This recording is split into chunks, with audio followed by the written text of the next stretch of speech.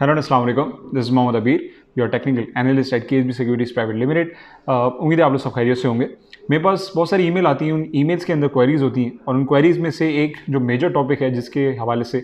मैंने सोचा कि बात करके आपको इन्फॉर्मेशन प्रोवाइड करूँ, वो ये है कि अपना पोर्टफोलियो किस तरह बिल्ड करना चाहिए मार्केट के अंदर। कुछ बहुत बेसिक से पॉइंट्स हैं। अगर आप नए इन्वेस्टर हैं, मार्केट में अभी तक आपने इन्वेस्टमेंट नहीं करी, तो आप इस वीडियो को देखने के बाद, इन स्टेप्स को फॉलो करने के बाद मार्केट में एक अच्छा पोर्टफोलियो बिल्ड कर सकें। पोर्टफोलियो से मुराद ज़ाहिर सी बात है कितनी अमाउंट इन्वेस्ट करनी है, इन्वेस्टमेंट अमाउंट की प्लानिंग किस तरह करते हैं और किस तरह आप लॉन्ग टर्म अच्छी कंपनीज़ के शेयर जो हैं वो रख के जो है वो मार्केट के अंदर से अच्छे रिटर्न हासिल कर सकते हैं। नंबर वन स्टेप की अगर मैं बात करूं तो वो ज़रूरी है किसी भी क्लाइंट के लिए कि एक अच्छी ब्रोकेज फर्म की सिलेक्शन करना। अच्छी ब्रोकेज फर्म की जब आप सिलेक्शन करते हैं तो लॉन्ग टर्म आप जो है वो मार्केट के अंदर सर्वाइव कर पाते हैं बिकॉज ऑफ सम रीजंस के जब अच्छी रिसर्च जब प्रोवाइड करती है on a longer period of time तो आप मार्केट में अच्छे डिसीजंस ले पाते हैं और टाइमली डिसीजंस लेने की वजह से आप मार्केट से अच्छे रिटर्न हासिल कर सकते हैं। इन टर्म्स के आप खादिम अली शाह बुखारी सिक्योरिटीज़ जो ब्रोकेज फर्म है उसकी सिलेक्शन आप कर सकते हैं। और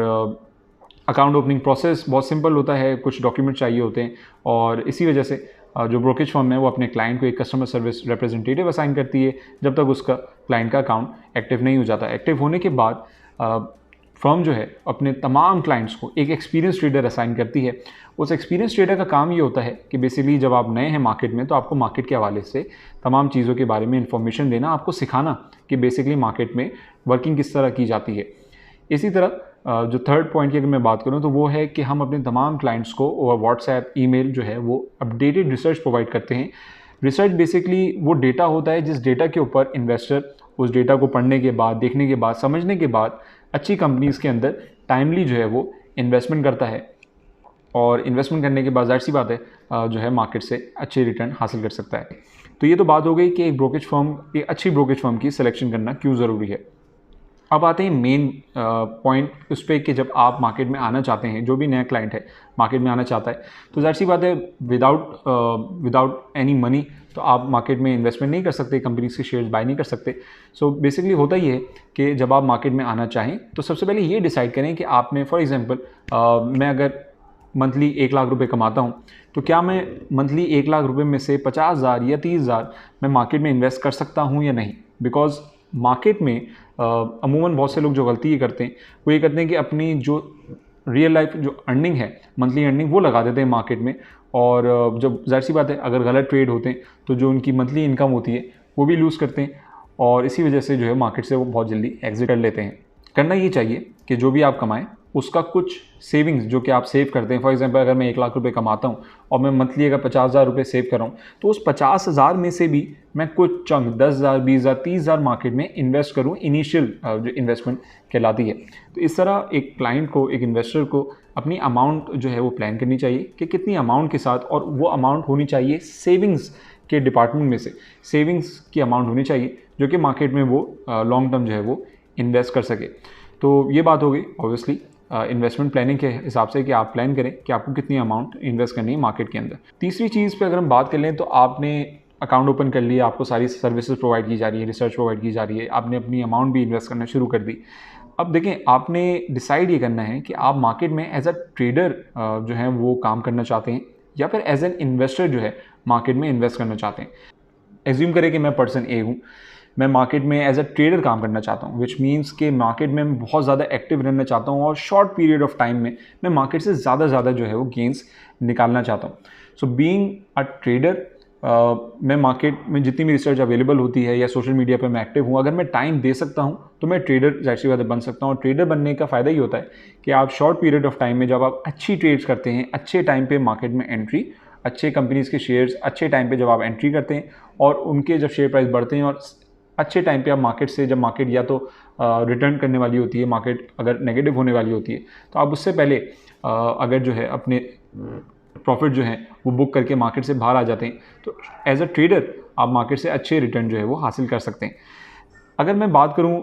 as an investor, for example assume करें मैं पर्सन बी हूं और मैं इन्वेस्टर हूं। इन्वेस्टर का फ़ायदा ये है कि मार्केट में वो लॉन्ग टर्म जब इन्वेस्टमेंट करता है तो वो छोटे मोटे रीजंस की वजह से, जिसमें मार्केट में अप एंड डाउन ट्रेंड होता है, तो वो पैनिक नहीं करता और इन्वेस्टर की सबसे खासियत यही होती है कि वो पेशेंस के साथ मार्केट में इन्वेस्टमेंट करता है, लॉन्ग टर्म इन्वेस्टमेंट करता है। इसकी एक और मिसाल इन्वेस्टर की अगर मैं दूँ तो हम सब जाहिर सी बात है अगर कोई प्लांटेशन करते हैं, कोई बीज बोते हैं, तो जाहिर सी बात है उस बीज को उगने में, निकलने में, बड़े होने में इट टेक्स टाइम।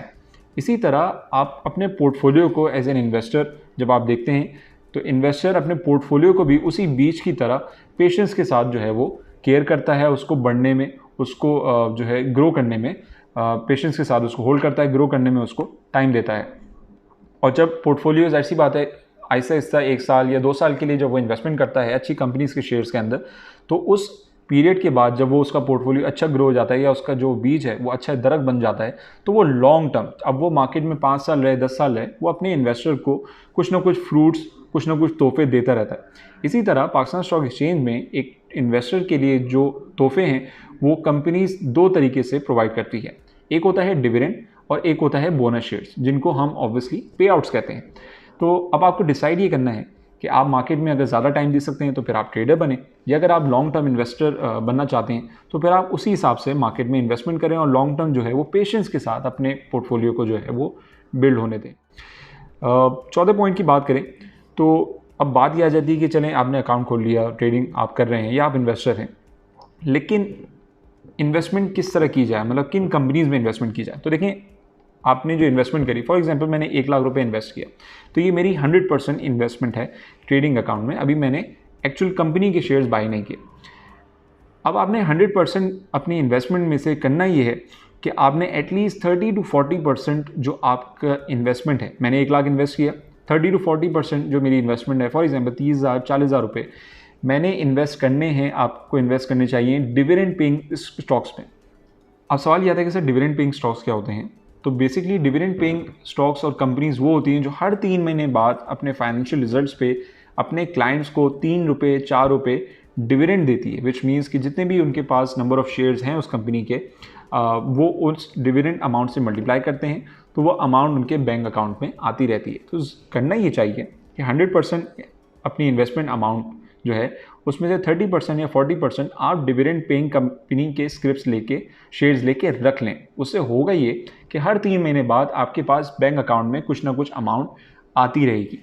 इसी तरह जो बाकी रिमेनिंग फॉर एग्जांपल 50 या 60% अमाउंट आपकी रह गई है, वो मार्केट के जो ट्रेंड्स के हिसाब से, अगर अच्छा ट्रेंड है, फॉर एग्जांपल कोई स्क्रिप्ट है जो 10 रुपये से अभी 15 रुपये जाने वाला है हमारी रिसर्च के मुताबिक, तो आप वो 50% 60% जो अमाउंट है वो उसमें उस टाइम इन्वेस्ट करें, और जब उसकी अमाउंट बढ़ जाए 5 रुपये 3 रुपये 4 रुपये जितनी भी अमाउंट बढ़ती है, वहाँ पे आप अपना प्रॉफिट बुक करें और अपना जो 50% 60% जो आपने कैश इन्वेस्ट किया है वो वापस आप रिडीम कर लें।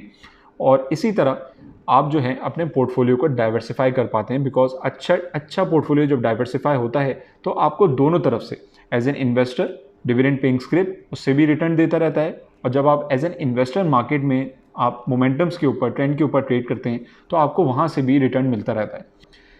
लास्ट पॉइंट की अगर मैं बात करूं तो बहुत सारे लोग जो ये रिचुअल नहीं कैरी ऑन करते, जो इन्वेस्टर्स हैं या ट्रेडर्स हैं, वो ये कि वो मंथली बेसिस पे कोई भी अमाउंट इन्वेस्ट नहीं करते। इन्वेस्टमेंट अमाउंट प्लान करने के बाद आपने ये अमाउंट भी ज़रूर प्लान करनी है कि आप हर मंथ अपनी सैलरी में से कितनी अमाउंट आप इन्वेस्ट करेंगे।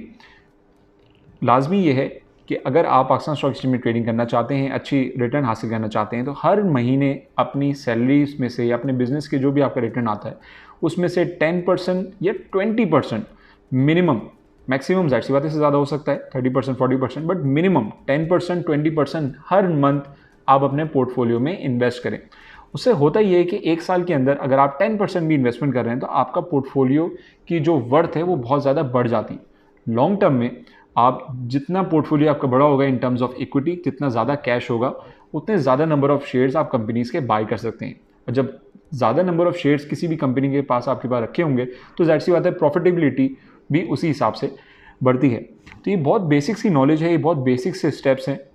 3 4 5 स्टेप्स हैं जो कि एक इन्वेस्टर को जो मार्केट में नया आना चाहता है, इन्वेस्टमेंट करना चाहता है, उसको फॉलो करने चाहिए। और इन स्टेप्स के ऊपर जो है वो अपना पोर्टफोलियो डाइवर्सिफाई भी करना चाहिए और बिल्ड भी करना चाहिए। आप लॉन्ग टर्म भी बिल्ड कर सकते हैं, आप as a trader short term में भी मार्केट से अच्छे गेन्स निकाल सकते हैं। सिर्फ करना ये है कि आपने इन सब चीज़ों को करने से पहले इन तमाम चीज़ों को प्लान करना बहुत ज़रूरी है। जब आप अच्छी प्लानिंग के साथ मार्केट में आएंगे तो आप लॉन्ग टर्म जो है गारंटीड अच्छे रिटर्न जो है मार्केट से निकाल सकेंगे। सो उम्मीद है आपको ये वीडियो और ये जो इन्फॉर्मेशन है, एजुकेशन इन्फॉर्मेशन, ये आपको पसंद आई होगी, समझ में आई होगी। इस वीडियो को देखने के बाद आप अपने पोर्टफोलियो को इसी तरीके से डाइवर्सिफाई करने के बाद मार्केट से अच्छे रिटर्न हासिल कर सकेंगे। सो मिलते हैं अपनी किसी नेक्स्ट वीडियो में